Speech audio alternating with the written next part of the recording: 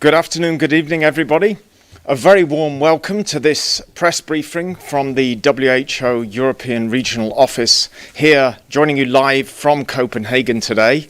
Very grateful that you could all join us, particularly to the media colleagues. I appreciate that we've got many questions that have been sent in advance, and I can see that we have many of you joining online as well. Very grateful for that. A warm welcome to you all. So on the panel today, we have the Regional Director, sat here to my left, Dr Hans Kluge. We have the Incident Management Team Lead, Katie Smallwood, and we have our Regional Advisor on Immunisation and Vaccination, Dr Siddhartha Datta. A warm thanks also to them for serving as our panel today. So, a brief reminder. Please raise your hand in the system if you'd like to put a question forward to our panel, and we're very grateful to take as many of those questions as we can in the coming hour. So with that, I'll hand the floor over to the Regional Director to make a few remarks. Thank you, Rob. Good morning, good afternoon, everyone. Even though we are still seeing more than 1 million cases reported every week across the European region, the overall case incidence of COVID-19 has been declining for 4 consecutive weeks. And for 2 weeks in a row, the number of new deaths has decreased. While this is good news, the decline in cases conceals increasing numbers of outbreaks and community spread involving variants of concern, meaning that we need to watch overall trends in transmission carefully and avoid rash decisions. The numbers we are seeing are still too high. 2 days ago, 40 countries in the European region reported 3,610 deaths in 24 hours caused by COVID-19. At this point, the overwhelming majority of European countries remain vulnerable. Right now, it's a thin line between the hope of a vaccine and a false sense of security. Based on information from 29 out of the 37 countries currently vaccinating in the European region today, 7.8 million people have completed their immunization series. That is equivalent to only 1.5% of the population of those 29 countries. Yesterday, 17 states and territories in the WHO European region had a 14-day incidence larger than 400 reported cases for every 100,000 people. This warrants measured decision-making at this critical juncture. Time and again, have we seen countries reopen too fast and lose hard-earned gains? I must reiterate that decisions to lift public health and social measures need to be underpinned with data based on epidemiological assessment and health system capacity. Criteria need to be evidence-based and not based on observations of relative progress. Many of you worry about new variants, about how infectious they are, whether the disease they cause is more severe, whether vaccines will be less effective against them.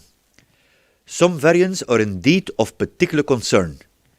We have all followed the reports on how receptive the variant B.1.351, first identified in South Africa, is to the Oxford AstraZeneca vaccine. This particular variant of concern has been reported in 19 European countries. Although community transmission in Europe is not yet widespread, the variant has increasingly been linked to outbreaks in communities. Irrespective of the variant, we must continue to suppress the virus.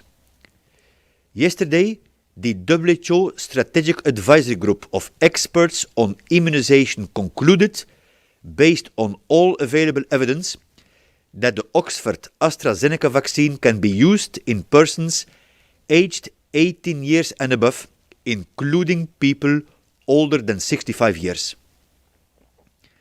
What does the emergence of these variants mean? It means that we must do everything in our power to reduce transmission and delay mutations that may influence vaccine efficacy.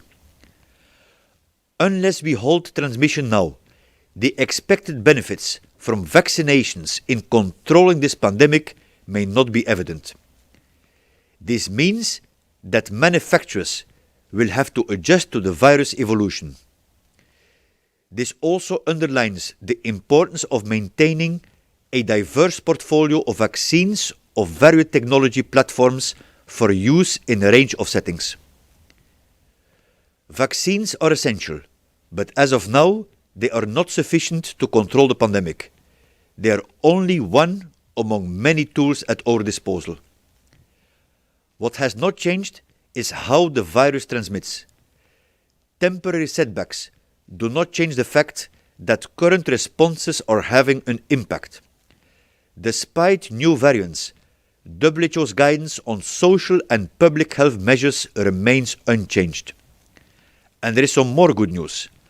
35 state parties have extended their genetic sequencing of SARS-CoV-2, as have 18 others supported by WHO's reference laboratories, due to the growing importance of identifying new variants. Based on data from nearly 20 countries, the hospitalization rate due to COVID-19 fell from 13 to 11 per 100,000 people between the 3rd and 4th week of January. A decrease, yes, but many of our hospitals continue to struggle. The number of vaccine doses given has also exceeded the number of reported cases in the region. Some 41 million doses administered versus 36 million reported cases. Vaccination of priority groups is already saving lives. But the sheer scale of COVID-19 vaccine deployment is enormous. Vaccinations will take time. Vaccines offer a way to emerge faster from this pandemic, but only if we ensure that all countries, irrespective of income level, have access to them. The divide between high, middle and low income countries is clearer than ever. Unfair access to vaccines can backfire. The longer the virus lingers, the greater the risk of dangerous mutations.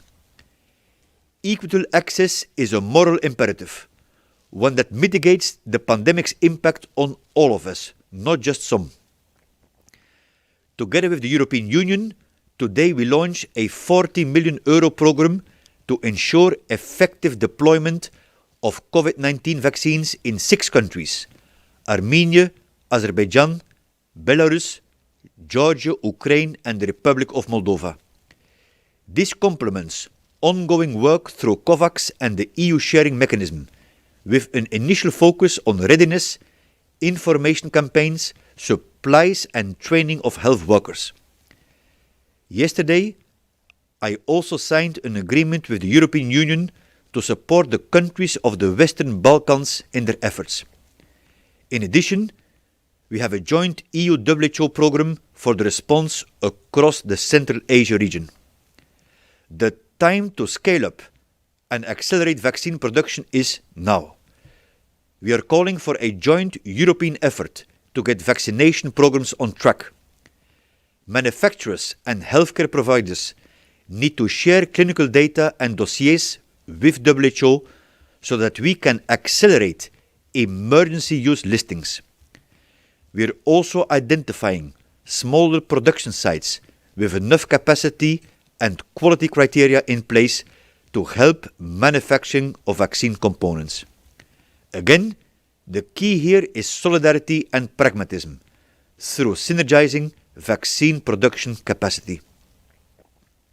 Finally, a very happy birthday to Sister Andrée, Europe's oldest person, a French nun who celebrates her 117th birthday today. A COVID-19 survivor, there's a remarkable lesson to be learned from Sister Andrée, who, during her illness, selflessly showed more concern for her fellow nursing home residents than for her own life.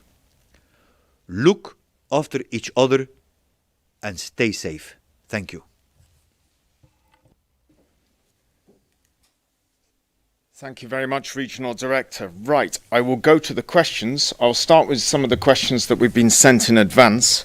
Understandably, we have quite a few questions regarding vaccines and vaccination, and I'm going to start there with Miss Janet Ernst, who has sent us a question from the Kabar 24 TV network in Kazakhstan. And I think this one's for you, Siddhartha Datta. There are two questions. I'm going to read them both because I think you can probably tackle both in one response. Several European countries have decided not to give AstraZeneca vaccine to older people. The WHO has begun retrials of this vaccine. What are the reasons behind this? And the second part of the question is, so far, experts have been claiming that all existing vaccines protect against new strains of coronavirus. What vaccine platforms are more convenient for conversion in the event of an increase in the number of COVID-19 mutations? Over to you, Dr. Siddhartha Datta. Thank you, Rob. Thank you, Janat, for asking that question. So, yes, we have heard about several of our European countries who have made a decision to not use or not give AstraZeneca vaccine to older people. Just wanted to highlight a couple of elements in that decision making. Both the European medicine agencies and other stringent regulatory authorities have given very clear indication on the safety and efficacy of the AstraZeneca vaccine to different age groups that are available from the study of the clinical trials. As we have heard, the regional director also said today that the strategic advisory group of experts have also looked into the available information from the clinical trial regarding the AstraZeneca vaccine.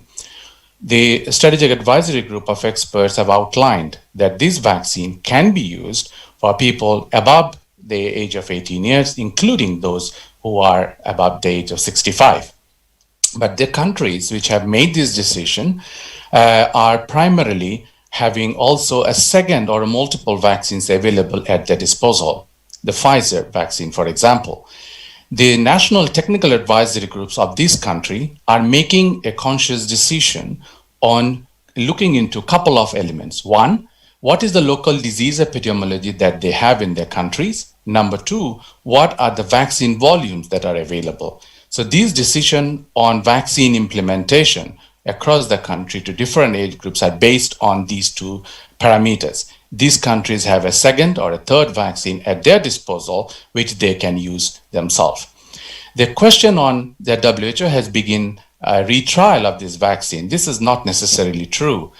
What WHO is doing is to understand the different vaccine level effectiveness of the AstraZeneca and other in the countries where they are being used, to understand the effectiveness of the field level effectiveness of these vaccine to different age groups. So as more evidence come out from these AstraZeneca vaccine use, the strategic advisory group of experts will again review this information for better or other interim recommendations moving forward.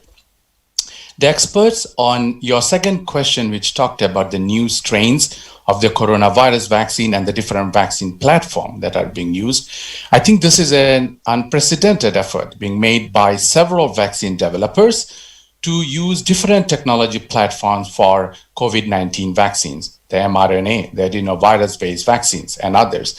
So I think this will provide an opportune moment to do some tweaking. As we hear from several vaccine developers at this point of time, they have already started to look into what changes need to be done in this technology platform so that the vaccine can be made effective for the new strains of the coronavirus or the new mutations of the coronavirus as we see. More need to be learned about these processes, and I think as we hear better from the different manufacturers and the field level studies that will be conducted, we will be getting to know about the efficacy and again the safety and efficacy of these newer platforms or the newer vaccines that will be in offering. Thank you. Thanks very much, Siddhartha. And I think in answering Miss Janet Ernst, you've also responded to a question that we received from Hilmar Reimenschneider, from the who's the head of the press team at Hospital Society for North Rhine-Westphalia in Germany, which was also related to the use of the AstraZeneca vaccines. But thank you, Hilmar, for your question, which I hope that Siddhartha has just adequately responded to as well. So next, I'm going to go to join our journalists that are joining us online, and over to Oskar Gozinski from the Polish press agency, who joins us live online. Oskar, please, your question. Hi, can you hear me? We can. Please go ahead. Great. So my question is, given that the South African variant of the coronavirus has already been shown to be more resistant to the immune response provoked by vaccines and not just AstraZeneca, is that, and it's already been observed in Europe as Dr. Kluge has mentioned, is it basically inevitable that it will dominate in Europe? And should we be planning for this contingency? And my other question is, could Dr. Kluge talk a bit more about the plan to support the Western Balkans that he mentioned? Thank you very much indeed, Oskar. Okay, so regarding the dominance of the question regarding dominance of the South African variant, I'm going to pass that over to Katie Smallwood. Katie, can I ask you for a response to that, please? Yes, you can. I hope you can hear me, and thanks for the question, Oskar. It's a good one, and of course there's several variants of concern that we are tracking very carefully across Europe, and one of these is the variant that was first identified in South Africa. So the lineage for that one is the B1351. As the regional director said, it has been identified in 19 countries. For the time being, most of those are linked to travel, but we have seen some outbreaks, and those outbreaks have been occurring with slightly increasing frequency over time. So we must be concerned about it, aware about it, and we must be taking measures against it. And we would certainly recommend that all countries look at their transmission scenarios, regardless of the variants that are circulating, and take action to reduce transmission. Because every time we identify a new variant, or every time we see increased transmission because of less adherence to the public health and social measures, we always come back to the same basic principle, which is we need to drive transmission down. And driving transmission down will not only mitigate the emergence of those variants of concern themselves, and that's because as much as the virus continues to move between us as humans, and it's been doing so now for over 13 months, it will increase in its likelihood to adapt better to us and to adapt better to transmission and develop mutations that may change the characteristics of the disease. So that's why we need to prevent the mutations from occurring in the first place by reducing transmission. But also when those variants of concern do emerge and when they are picked up by our surveillance systems, we need to reduce transmission to slow their spread. So is it a given that one variant will outcompete the others? Maybe over time. We don't know which of the variants that are currently spreading in the European region and in the wider world will be more competitive. But our strategy needs to be blind to the variant themselves and focus on suppressing the virus and all those variants. Thank you. Thank you, Katie, and thank you, Oskar. You also had a second question related to the Western Balkans for our regional director. Thank you, Oskar. So indeed, this builds upon a long-standing collaboration with the Western Balkans, because one issue is access to the vaccine itself. The other is what we call the vaccination part, so A to Z, meaning that if and when the vaccine is available, that the health system is prepared. And this goes from working together with the national authorities on the regulatory procedures to ensuring that there is a system in place of monitoring the safety, the procurement mechanisms. That's one part. The other part is what I would call vaccine diplomacy, that we are assisting the governments in anticipation when the COVAX will become fully operational, seeing that the possibilities of, for example, donations from neighboring countries to kickstart already the process with priority on the healthcare workers and the elder people. Thank you. Thank you, Regional Director. Next, I'm going to go to Ms. Ketavan Kadava. I can see, Ketavan, that you've sent us a question in advance, but I can also see that you're raising your hand and are with us here. So I will put the question to you. Hello, can you hear me? Please go ahead. Thank you very much. I have a question about Georgia. You have just made a statement about financial support for our region and want to know more about it, how this money should be spent. This month we're waiting for Pfizer vaccine. Hopefully that it will be this month. We are talking on this stage about approximately about 29,000 doses. Of course, this is not enough for all.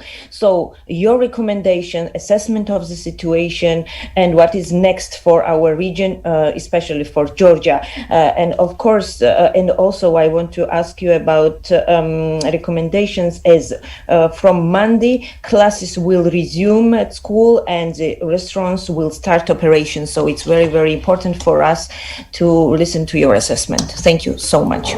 There are many questions in there, so I'm actually going to go to all three of our panelists, starting with the Regional Director. And then I appreciate that you've asked a question there, Ketavan, on the financial support and support to Georgia, but also on assessing the situation. So I'll go Siddhartha and then to Katie after the Regional Director. Right, thank you, Ketavan, for the multitude of the questions. Just before Christmas in December, we went on a mission which I headed to Tbilisi, and it was in fact in the middle of the lockdown, to further discuss, agree to scale up our collaboration on COVID-19, but also on other very important health matters like universal health coverage with the government, and particularly with the Minister of Health, Dr. Tekaradze, for which I'm very appreciative. And the support builds on really strengthening both the control and the preparedness of the health system, including also the capacity strengthening of the healthcare workers. And as my colleagues will continue to tell, indeed, we also had discussions on the small-scale first batch of the Pfizer-BioNTech vaccine, which is now being accelerated in anticipation of a further acceleration and expansion of the vaccination program. So, Siddhartha, can I ask you to just comment on the support to Georgia for readiness in terms of the vaccination program?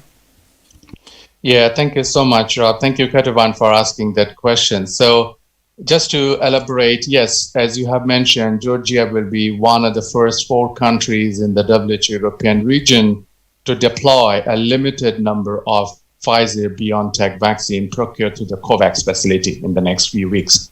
We are waiting to hear the dates as you are, anxiously waiting. But I think it's extremely important that we do understand that there are several elements that need to be put in place in a country before the vaccine can reach and start being rolled out. Within this process, what WHO's had a 2-step, at least at this point, until at this point of time.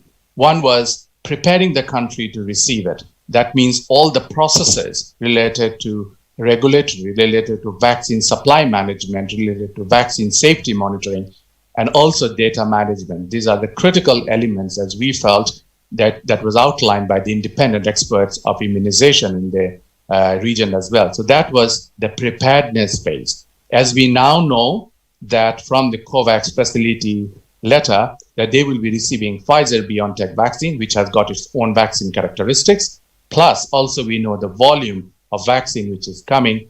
WHO Europe, starting today, as we speak, are doing readiness check and fix with our ministries of health. This is an extremely important element.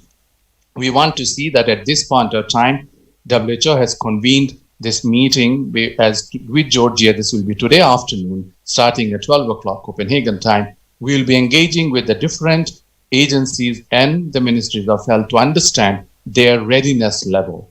And this is involving readiness to receive, to deliver, to administer, and to monitor the vaccine efficiently and safely. These all are extremely important elements in a vaccination step, which you have heard Dr. Kluge say in his inaugural address.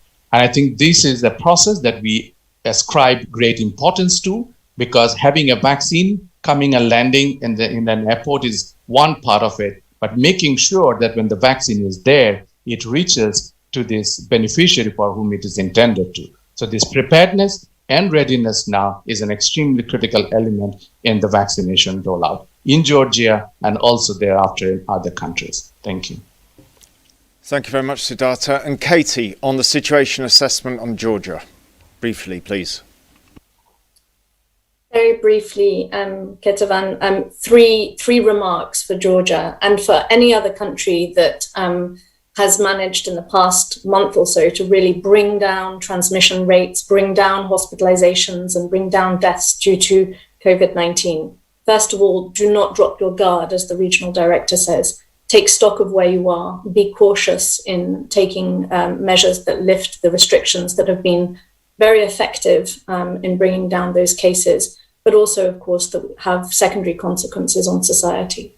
Second point is understand what can be improved and improve the quality of your interventions now that cases are back down to manageable levels. Really focus on those, as well as the vaccination rollout appearing on the horizon. You will still need to intervene through all of the tools that we have at our disposal for a significant period of time. And third, set very clear criteria for when you might need to reintroduce some of those measures, and make those criteria as early as possible so that you can lift them as early as possible and control any increase in spread as quickly as possible by preserving the interventions that you have, and by basically that will lead you to be able to preserve the economy, preserve the society, whilst saving lives and preventing infections. Thank you very much. Thank you very much, Katie, and thank you, Ketavan, for your questions. So I'm next going to go to a question from John Goranitis from Inside Story in Greece. This is for the regional director, directed to the regional director. Most European countries have been shutting down and reopening over and over without a clear exit strategy. In this context, quite a few experts are asking for a zero COVID strategy in order to eliminate the virus before opening up their economies, societies and borders.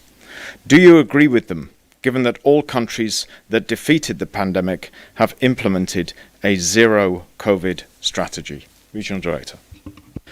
Thanks, John. So elimination is something that we want in principle for any disease, for any pathogen, and it can be a very powerful, what I would call, working incentive. But whether we are at the stage now to put targets for a zero COVID strategy is still a different ballgame. What we need to do first and foremost is see how the behavior of the people adhering, to which extent they adhere to the non-pharmaceutical interventions, add up with the timing of political decisions, with the vaccination rollout, and how it will bring the pandemic under control.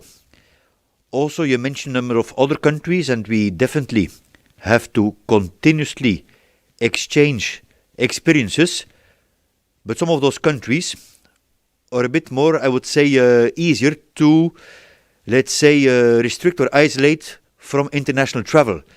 So I wouldn't make any direct comparisons here. But where you do have a point is that there is a need for a longer-term strategy to get out of the pandemic. And that's something that we are going to accelerate in the weeks to come, because this continuous opening, closing, while we have a staggering vaccine production, is something that has to be rethought. So you have a very good point there.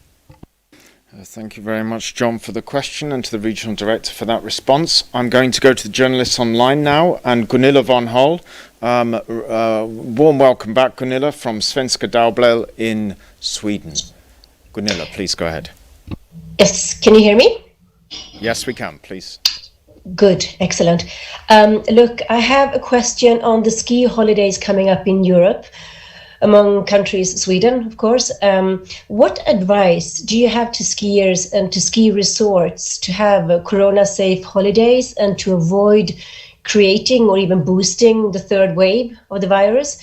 And specifically when it comes to the importance of closing restaurants and bars, like Switzerland has done, where people can meet in order to minimize the transmission. Thank you. Thank you very much, Gunilla. And I'm going to pass that question over to Katie Smallwood to respond to, please. Katie. Thanks, Gunilla. Actually, I would refer you to the statement that we released just before Christmas, which addresses some of those questions that you raise. And in it, we highlight several things. One, that skiing by default isn't necessarily a high-risk activity for COVID-19. What is high risk is environments where people gather together in groups and associated with travel, and where they may spend high sort of intensity or crowded interactions together over a period of time, mixing and then going and traveling back to their home locations. Those do represent significant increases in risks. And so our advice to local authorities, to governments, but also to individuals, is to take decisions based on understanding those high levels of risk that may come from busy ski resorts or busy mountain resorts or busy city centres. So it's not really skiing by default, it's really all of those factors that drive transmission that we need to make sure are not established and not made possible. And that's how we need to decongest travel. We need to avoid people traveling for long periods of times in coaches to ski resorts. We need to avoid people coming from all sorts of different areas and congregating together, socializing together in confined settings without ventilation, without physical distancing in place. So it's really a matter that needs to be addressed at all levels. Thank you. Great. Thank you very much indeed, Katie, and thank you, Gunilla, for the question. I'll next go to Jamie Keaton, Associated Press. Jamie, welcome back. Thank you. Thank you very much, Rob. Nice to see you all. The question is for Dr. Kluge. I was struck by your comments about the program with the European Union and the $40 million program, €40 million program. Could you just tell me a little bit about the process of emergency use listing? Are you happy with the information that manufacturers have provided so far? And which countries do you expect in your region will be the first to get vaccines once the AstraZeneca is approved? Thanks so much. Thank you. Regional Director. Yes, Jamie. So the principle of WHO is that we work in what we call vaccine agnostic environment. So independent of the vaccine, it is our mandate and duty to work with the countries, what Siddhartha was mentioning, to get the countries prepared and ready and have the check and fix in place so that when and if the vaccine arrives, that the system is ready. Because now what we're facing, Jamie, is indeed a bit of I think we can call it some tension between the international solidarity and the national responsibility for politicians to take care of their own people first. But I'm quite confident that this staggering and temporary delay in getting vaccines to the countries will be compensated by more products and also by beefing up manufacturing capacity, for which I have launched an appeal last week, and I appeal again for an unprecedented public-private mix effort to really have the companies working together to beef up the capacity. And then on the AstraZeneca, what I can tell is that countries who are, I'm not speaking obviously about bilateral deals because every country is free to make those, but that This will become available through the COVAX facility a couple of weeks later than the first batch, the first wave, small batch of the Pfizer-BioNTech once emergency use listed. Thank you very much, Regional Director. Siddhartha, would you like to expand on or unpack on the 40 million programme in the 6 member states that the Regional Director referred to in his opening statement and say a bit more about that? Thank you, Rob. Yeah, sure. So, Jamie, thanks for that. So, let me unpack the EU-WHO joint action proposal, which the Regional Director mentioned. The entire proposal is covering 3 different major pillar areas. One is preparing the countries on each of the 10 strategic programmatic areas which was outlined as the critical elements that each and every country need to be prepared for. However, this is also very much intricately linked with preparedness checks, so preparedness and readiness checks. So that is one principal element, because you have heard that these are extremely important elements beyond the vaccine access. The second part is deployment, supporting the countries to deploy the vaccine, to make sure that the plans are in place, the resources are in place, the healthcare workers are trained, the vaccine safety monitoring happens, and obviously data management, which forms a bigger part of it. But however, the third and most critical important element is making sure that any investment done in COVID-19 vaccine and vaccination should have a big implication on strengthening the routine immunization program in all of these countries, with specific emphasis on vaccine demand and acceptance, ensuring the data management happens. So those are extremely important and 3 big pillars, as we are telling within this joint action. So that has got short-term and also a medium and a longer term implication of this in generous investment from the European Union. Thank you, Rob. Thanks very much, Siddhartha. And Jamie will be releasing a news item on this significant support package in the coming 12 hours, so please stay tuned. We will next go over to Natalia Segura from the Catalan news agency. Natalia, welcome. Hello, good morning. I wanted to ask a couple of questions. The first is, you mentioned that European countries should avoid rushing decisions like lifting restrictions. So I wanted to know what are the risks of lifting restrictions too early, and if this could pose any risk for the vaccination campaign. And secondly, I wanted to ask you on what you mentioned of the need of a long-term strategy to get out of the pandemic, to avoid this opening and closing. I wanted to ask you if you could elaborate a little bit more on what should be this strategy and which options governments may have to avoid this constant opening and reopening. Thanks. Thank you very much, Natalia. I'm going to pass both of those questions over to Dr. Katie Smallwood. Katie, please. Thanks, Natalia. And I think the question is quite relevant to Spain and Catalonia, that are seeing decreasing trends at the moment, and they're thinking about how best to start to loosen some of the restrictions that had to be put in place after Christmas, following a significant rise in cases. I think the risks of opening too soon have been made clear in several countries and actually across Europe after the summer holidays. When we saw a relaxation of measures, we saw quick movement back into business as usual, and some false sense of security. And that was quickly corrected by a very significant resurgence of cases in the autumn that presented several very big challenges to many countries. This virus will take advantage of any chance we give it to rapidly spread, and it will spread much more rapidly than we think. The curve will go up very steeply, and it'll come down pretty much slowly.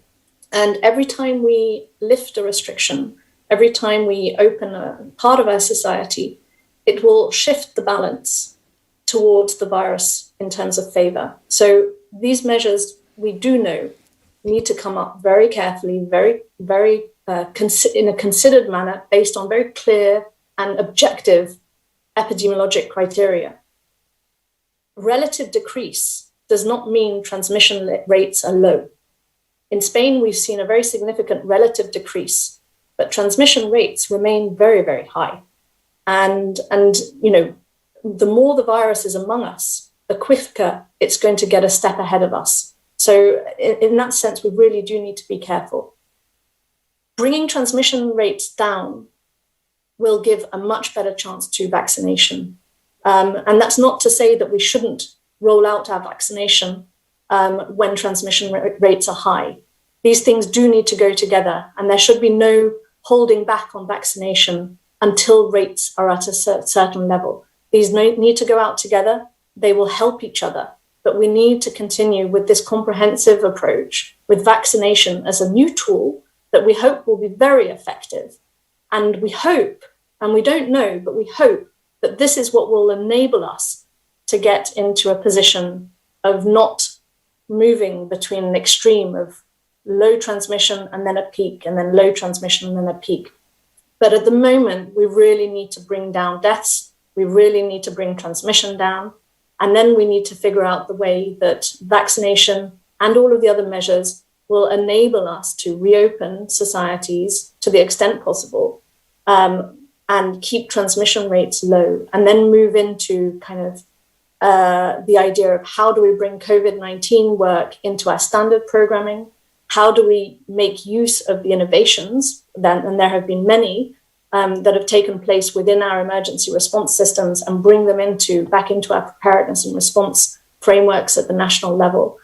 And we can start to rebuild these health systems, rebuild our approach to emergency response, with COVID-19 being addressed in a much more programmatic way. And that should be the way forward. But that's still a way off, I'm afraid. Thank you very much. Next, over to Peter Kenny. Peter, can you hear us?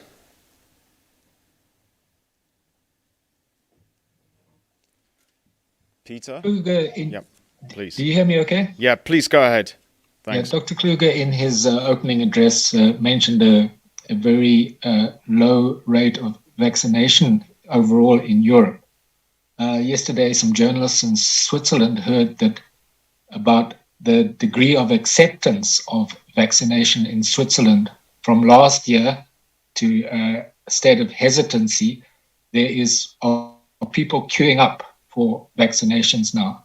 Do you have an overall assessment for the acceptance of vaccinations? I know we have people who are hesitant, but we also have anti-vaxxers who are ideologically opposed. What is the situation overall for Europe? Thank you. Thank you very much indeed, Peter, Regional Director. What we've seen in general, Peter, is that indeed the vaccine hesitancy, which first and foremost is nothing new. We have seen this, right, whether it was with measles or other vaccination campaigns, but was particularly an issue when there is a shortage of vaccines, because people legitimately ask themselves questions about the speed of the development of a vaccine, which is historically unprecedented, and also about safety concerns. But when and if the vaccine becomes available in larger portions, that the hesitancy seems to drop. That's one point. And a second point, which I also exchanged exactly on this issue yesterday with Dr. Anthony Fauci, the chief medical advisor to the US president, and exchanging playbooks, was that it's so important to have the healthcare workers with us. Right? We want the healthcare workers to lead by example, and it's so important that they themselves are vaccinated, as they're really the unsung heroes in this fight. But we should also remember, this is not routine immunization. This is really pandemic immunization. A bit more on the details, I think that we can ask Siddhartha probably, Rob. Absolutely. Please, Siddhartha. Thank you. Thank you so much, Peter. And continuing from where Dr. Kluge mentioned, I think thank you, Dr. Kluge, for mentioning two important elements that we all need to remember. That when a person or persons, they all ask us questions, about the safety, efficacy, and the different research and development around the new vaccine, we all should see this as a health-seeking behavior of the population. They want to learn more because they are going to make an informed choice. And I think within this concept, we have to appreciate people being curious to know about a product. And this within this health-seeking behavior comes what Dr. Kluge mentioned, empowering our healthcare workers, health professionals, with all adequate information which they can reply to when a person comes and asks this question. This will be extremely important moving forward when all countries will start deploying the vaccine. You talked about what are we learning about this acceptance of people's behavior. Within the regional office, as a flagship program of the regional director, the behavioral insights team here in the regional office is making surveys in different countries to understand people's perception about this vaccine. We are also seeing a positive influence of people's behavior towards the perception or acceptance of the vaccine, which is very encouraging. We have seen such trends also in the routine immunization program. And then the most important element, which is also coming up in this survey, who is the most trusted person in the society where a person would go to seek information? At this point of time, as also had been in the past, they are our healthcare professionals. So that is where the entire focus should lie on. Then just one comment on what you said about the low rate of vaccination. The 41 million plus doses which have been provided in the European region until date is an enormous undertaking. The effort being made by the immunization system, the health system to deliver these doses to people and the beneficiaries, they are obviously the people who are with comorbidities and people who are above 65, is an enormous undertaking when the health system itself at this point of time is still doing COVID-19 response. So I think we have to acknowledge this effort in this and the undertaking by the Ministries of Health. Thank you. Thanks very much. So Kostas and Stefano, I can see you've got your hands raised in the system, but before I come over to the both of you, I'm going to ask a question that was sent to us in advance from Alessandro Cosu of the Igor Agency in Italy. There are two components to this. I'm going to put both forward and then ask the regional director and Siddhartha to respond. So questions. Given that high-income countries have a high demand and spending power for COVID vaccines and have provided so far a low contribution to COVAX, do you think that third-party manufacturers have become a key option to expand production capacity and make vaccines accessible to everyone and speed up the immunization of the global population? The second part of the question from Alessandro, does WHO supports the idea proposed by India and South Africa that would grant compulsory licensing of COVID vaccines and drugs by overriding patent rules of WTO's trade-related aspects of intellectual property (TRIPS) agreement, allowing generic or other manufacturers to make the new products. What do you think of the fact that high-income countries opposed this proposal? So I'm going to go to the regional director, and then I'll go to Siddhartha Datta. Dear Alessandro, last week we called for a pan-European joint effort to get the vaccination programs on track, and we definitely need more and fast more products on the list. So, as I was mentioning in the statement, it's so important that manufacturers and healthcare providers share the full dossier, including the clinical data, with us for the include more products into the WHO emergency use listing. Also for us to identify smaller production sites with enough capacity and quality criteria in place to help in the manufacturing of vaccination components and packaging. So what we call for, in fact, is an unprecedented solidarity among producers to kind of synergize their efforts in a pan-European effort of vaccination production. So we're talking basically about a massive public-private mix, which is more urgent than ever. Siddhartha, can I ask you to add? Thank you. Thank you so much, and thanks, Alessandro, for that question. The COVAX facility, as we all know, is an unprecedented collaboration between Gavi, WHO, CEPI, and with the manufacturers. At this point of time, as we speak, 190 participating economies are part of it, of which around 98, 99 are higher income economies.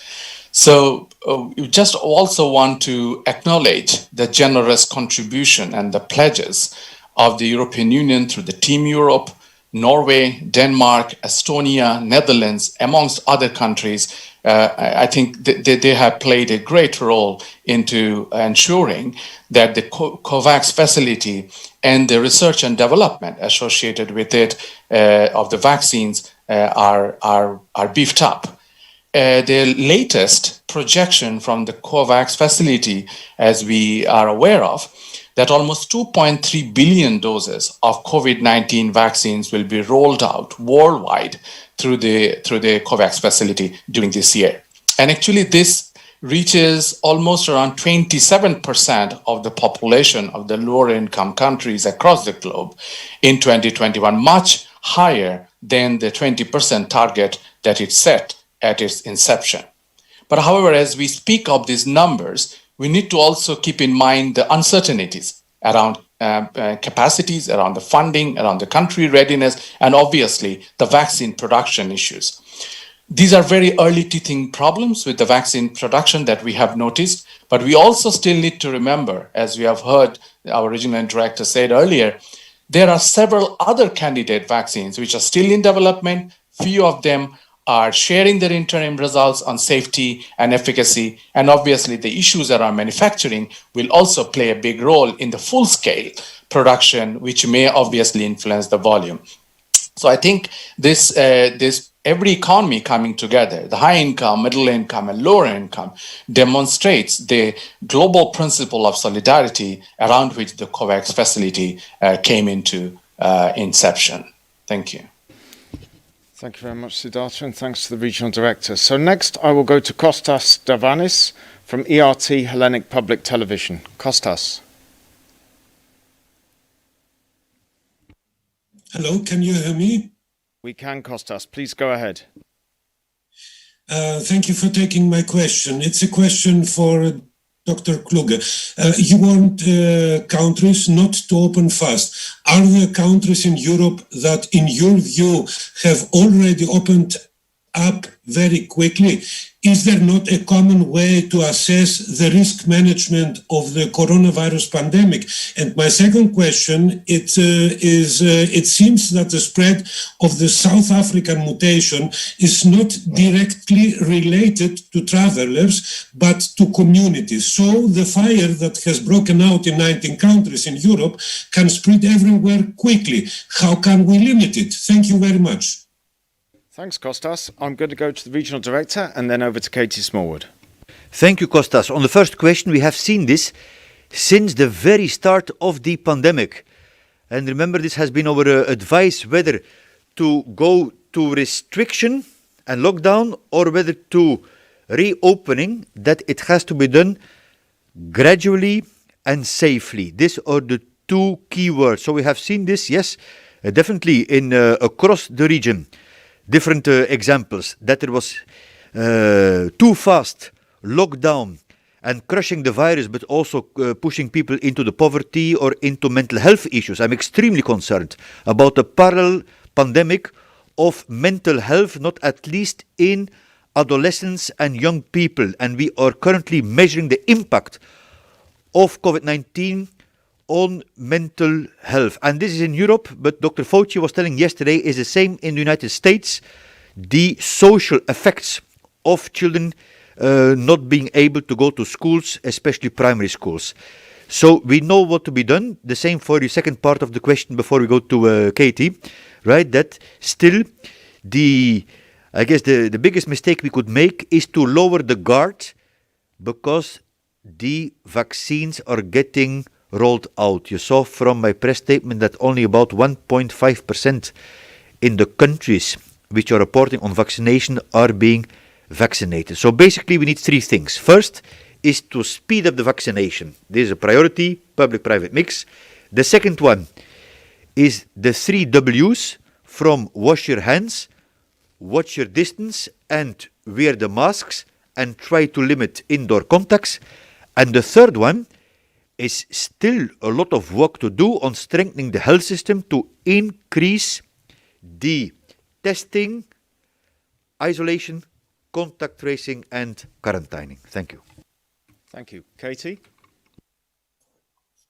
Thank you very much, Kostas. And I'll say a little bit on the variants of concern again. So just to reiterate that the B1351 variant of concern that was initially identified in South Africa has been picked up in 19 countries as of yesterday in the European region, but still most of those countries are reporting that variant in the context of links to international travel. However, there have been, in some cases, some increasing reports of community transmission outbreaks linked to that particular variant of concern.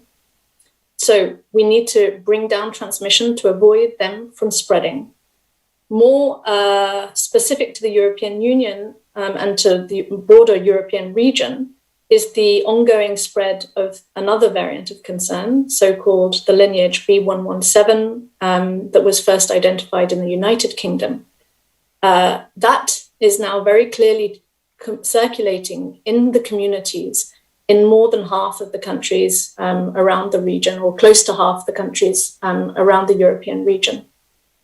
And that particular variant of concern, especially in Western European countries, is spreading in terms of prevalence more quickly than other lineages.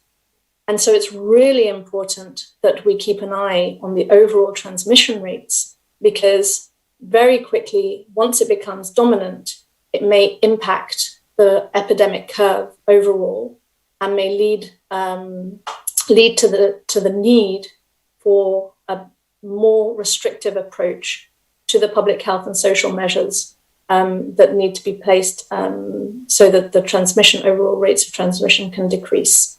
So when it comes to opening or lifting some of those measures at the moment, WHO is not saying that countries are doing so rashly right now, but based on the epidemic trends in the countries in the region, we are seeing relative declining trends, which is a good thing. But we're warning countries not to act too fast, especially in the context of variants of concern, and especially in the context of the gradual rollout of vaccinations.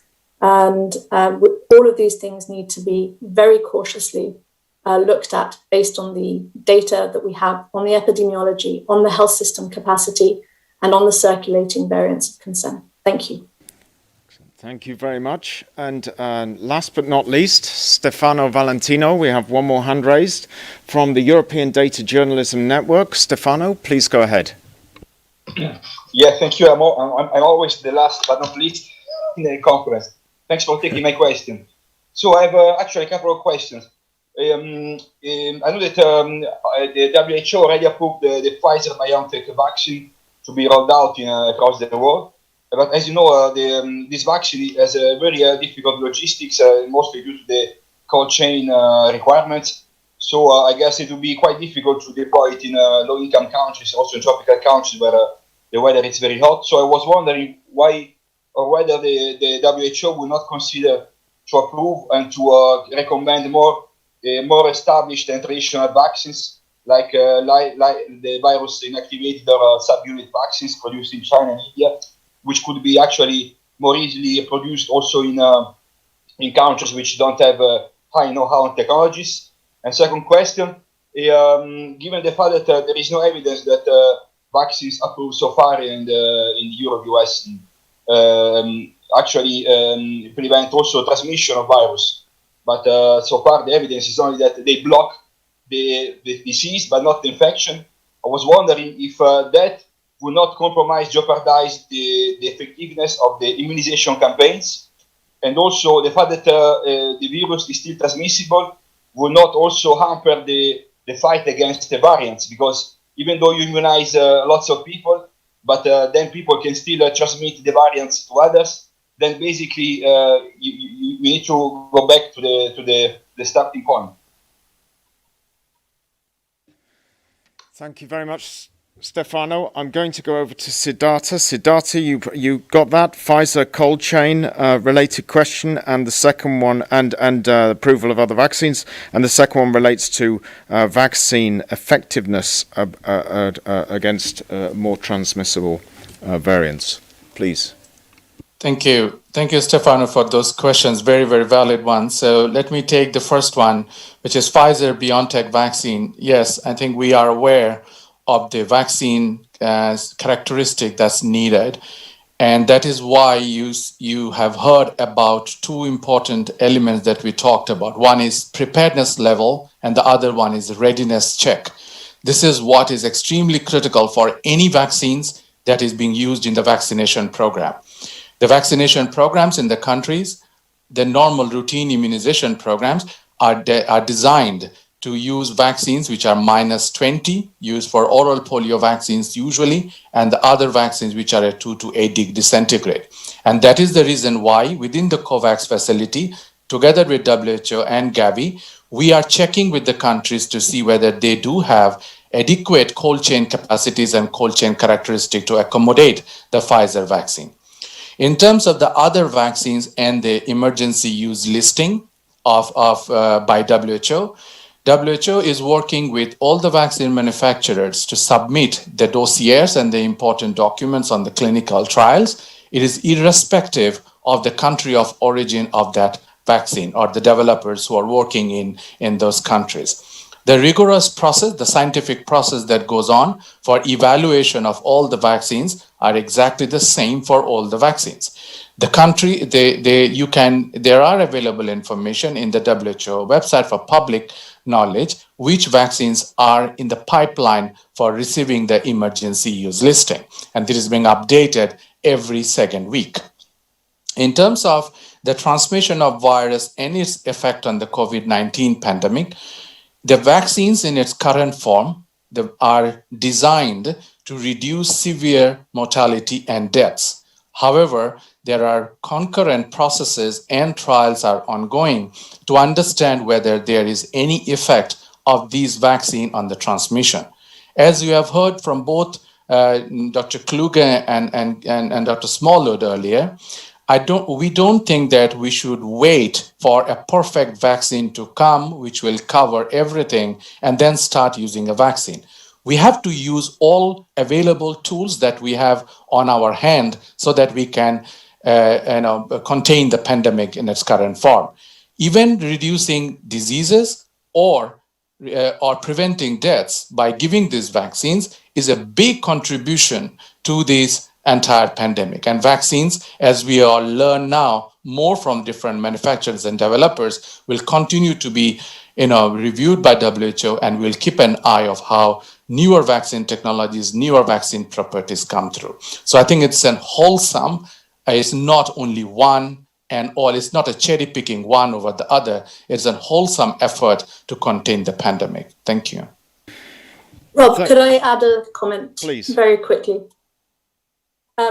I just want to add that we have several countries in our region that have the B117 lineage in dominant form transmitting, but who are also early starters in the vaccination rollout. And these countries are gathering information based on observational studies and also looking at their epidemiologic information for COVID-19. And there's no indication whatsoever to suggest that any vaccine rollout is not effective for the B117 variant. And so it must be very clear that we should not be looking at variants in terms of taking decisions on vaccination at the moment. We need to move ahead. Thank you.